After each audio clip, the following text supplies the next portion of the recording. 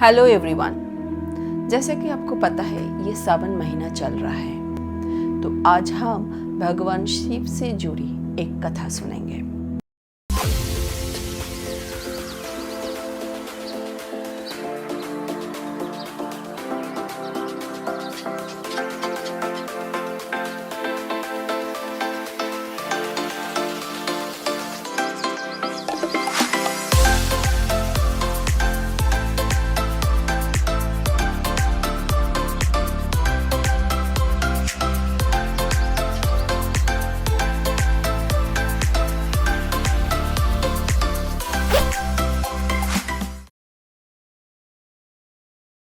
पवित्र नदी गंगा शिव के सिर के मुकुट से उत्पन्न होती है। By bearing the Ganges on his head, Shiva gave a way for the great holy river to cross the earth and bring pure water to humans.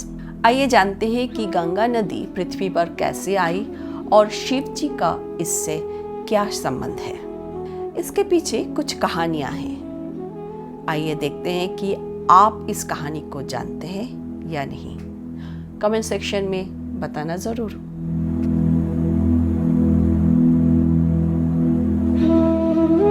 तो कहानी इस प्रकार है। बहुत समय पहले सागर नाम का एक राजा था जो राम का पूर्वज था। उनकी 2 पत्नियां थीं, सुमति और कैशनी। राजा की पहली पत्नी सुमति से 60,000 पुत्र और दूसरी पत्नी कैशनी से 1 पुत्र था। एक बार राजा सागर ने अश्वमेध यज्ञ करने का फैसला लिया, जिससे उन्हें असीमित शक्ति और सर्वोच्चता मिलेगी। इससे देवराज इंद्र भयभीत हो गए। भगवान इंद्र ने राजा सागर द्वारा बलि दिए जाने वाले घोड़े को चुरा लिया और उसे एक पेड़ के नीचे बांधकर छिपा दिया, जहां ऋषि कपिल ध्यान कर रहे थे। ऋषि कपिल ब्रह्मा के प्रपौत्र मनु के वंशज थे।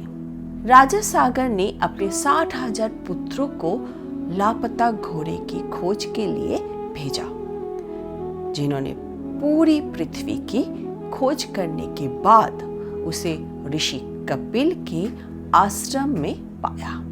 सागर के पुत्रों ने सोचा कि ऋषि कपिल ने घोड़ा चुरा लिया और इस तरह उन्होंने उसके लिए उन्हें दोषी ठहराया। सागर के पुत्रों द्वारा किए गए अपमान से ऋषि कपिल क्रोधित हो गए और उन्होंने अपनी तीसरी आंख की अग्नि से उन्हें जलाकर राख कर दिया। जब राजा सागर और रानी कौशनी के पुत्र अंशुमान ने अपनी भाइयों के भाग्य के बारे में सुना, तो वो ऋषि कपिल के पास आए और उसने अपने भाइयों की आत्माओं को मुक्त करने का तरीका पूछा।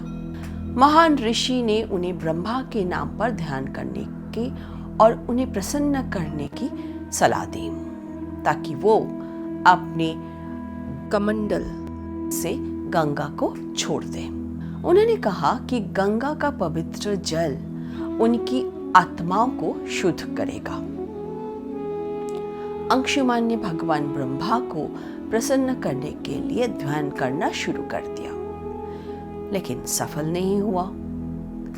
आने वाली कई पीढ़ियों ब्रह्मा को प्रसन्न करने का प्रयास करती रही, लेकिन सब व्यर्थ गया।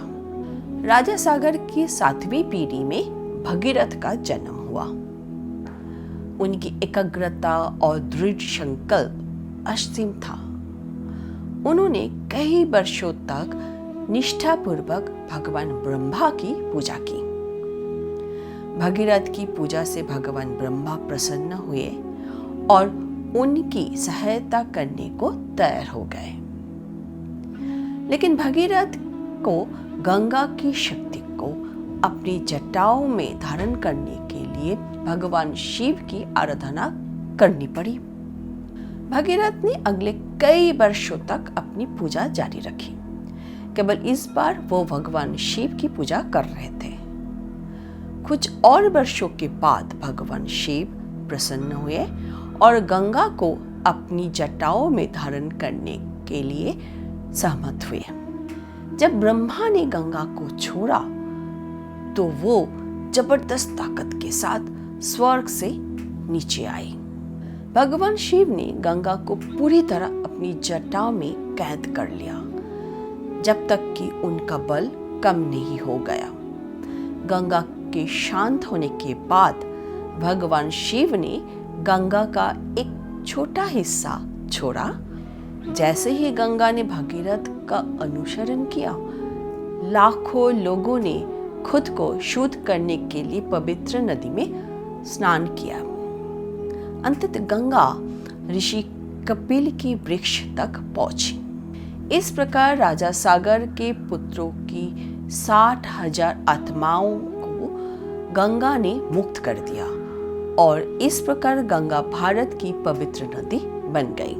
आज तक भारत के हिंदू गंगा की पूजा करते हैं।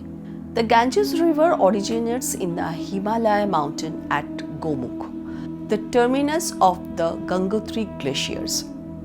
When the ice of this glacier melts, it forms the clear water of the Bhagirathi River. As the Bhagirathi River flows down the Himalayas, it joins the Alaknanda River, officially forming the Ganga River. She flows 1,680 miles from the Gangotri glaciers to the Bay of Bengal. Mother Ganga is more than a river. She is a goddess. Ganga brings life. Ganga became the life-giving river, mother to all of India.